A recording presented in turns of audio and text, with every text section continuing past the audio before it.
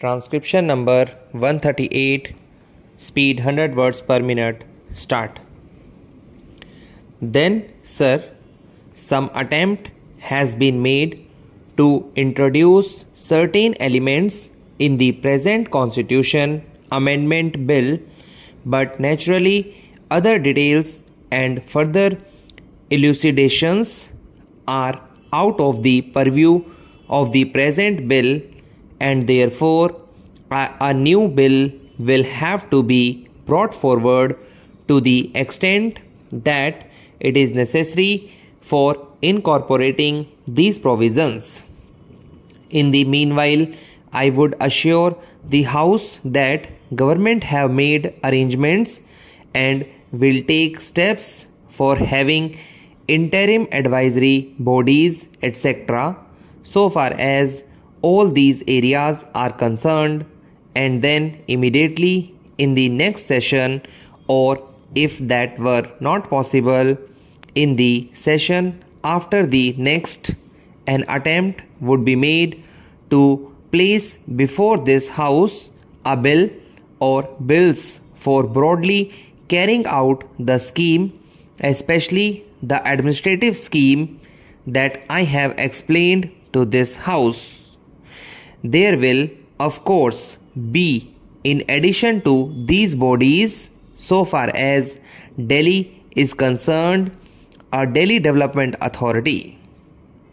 All these are necessary there because Delhi is the capital, and all attempts have to be made to make Delhi as model a city as possible.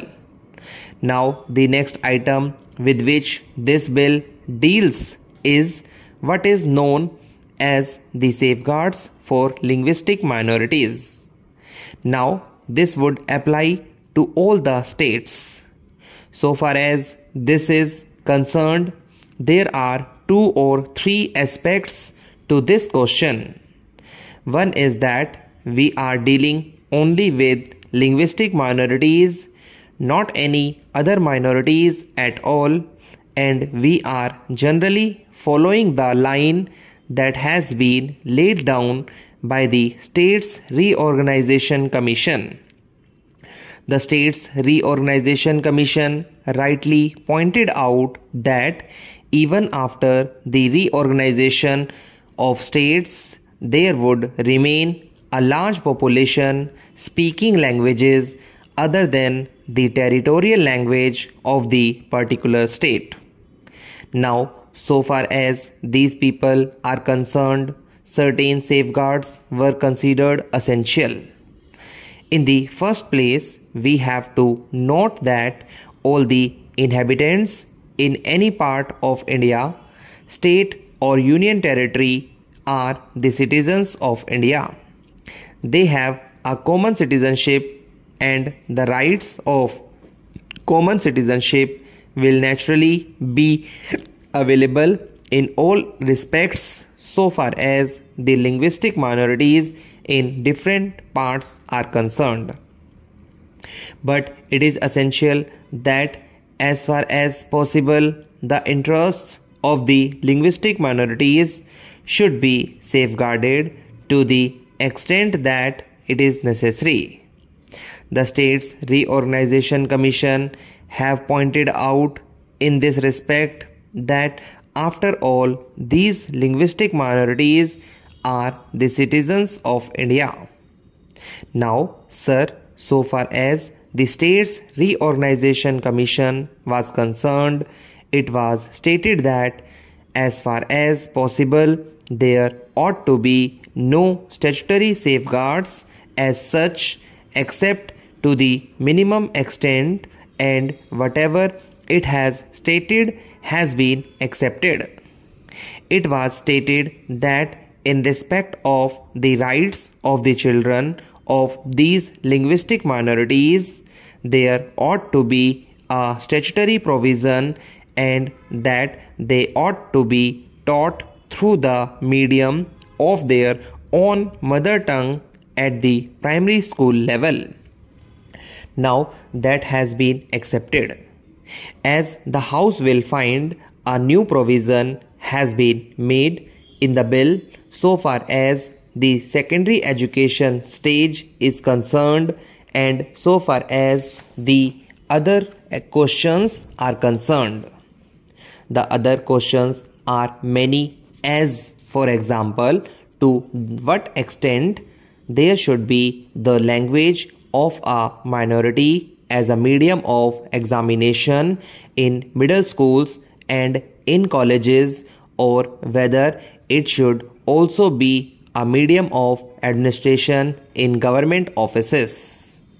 Now, sir, there is another question also which has been raised, namely the question of domiciliary rules.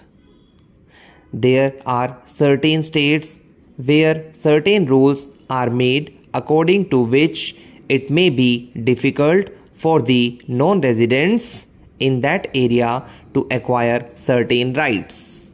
In some cases, very long periods have been laid down.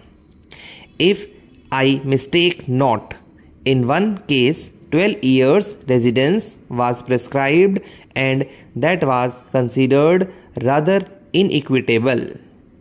As you are aware, sir, in this respect, the Constitution has stated that if, for example, there are any such rules which had the force of law at the time when the Constitution was inaugurated, then they would continue to have the force of law until Parliament makes a law in that respect.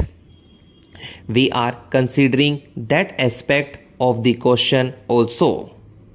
Then, sir, the important question that has to be noted is that if we have a common citizenship, then the question arises whether it would be open or it ought to be open to the various state governments to lay down certain rules which are likely to be complained of as discriminatory provisions so far as the acquisition of property is concerned, or so far as the admission to government services is concerned.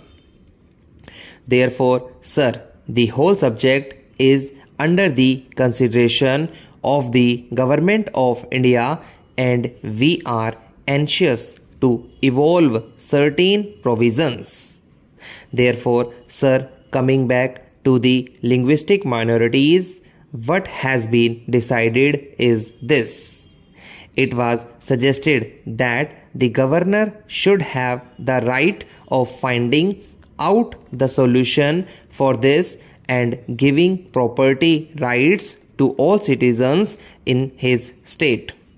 Mr. Deputy Chairman, sir, the bill before the House is for the abolition of two-member constituencies and for setting up single-member constituencies.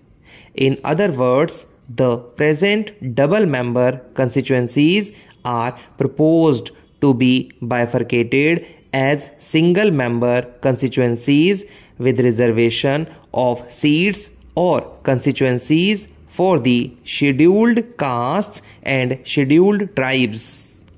Now, sir, a very crucial moment in the history of our young democracy has come. Wherefrom has this reservation arisen? Is not reservation repugnant to the very principle of democracy? Still, we have reconciled ourselves to this reservation. A reservation might be in any form.